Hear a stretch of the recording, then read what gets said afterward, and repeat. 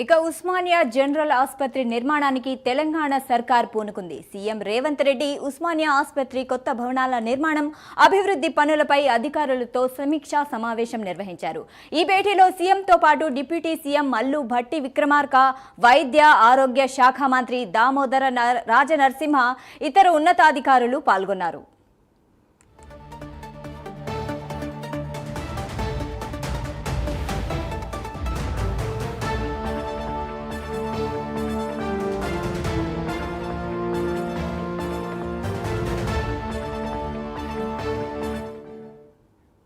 ఇక గోషామహల్ స్టేడియంలో నిర్మించనున్న ఉస్మానియా ఆసుపత్రి భవన నిర్మాణ పనులను ఎంఈఐఎల్ సంస్థ ప్రారంభించింది.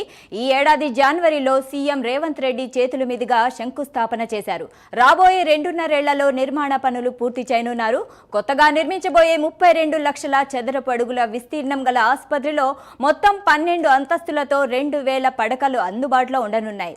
29 మేజర్ ఆపరేషన్ థియేటర్లు, 12 మైనర్ ఆపరేషన్ థియేటర్లు, రోబోటిక్స్ సర్జరీ థియేటర్లు, అవయవ మార్పిడి యూనిట్లను అందుబాటులోకి తీసుకురానున్నారు. అదేవిధంగా ఒకేసారి 1500 కార్లను పార్కింగ్ వసతి కల్పించనున్నారు. అత్యవసర పరిస్థితుల్లో రోగులను తరలించేందుకు హెలీప్యాడ్ను కూడా ఏర్పాటు చేయనున్నారు. ఈ నేపథ్యంలో ఆసుపత్రి నిర్మాణం, అభివృద్ధి పనులపై అధికారులకు సీఎం కీలక సూచనలు చేసినట్టుగా తెలుస్తోంది.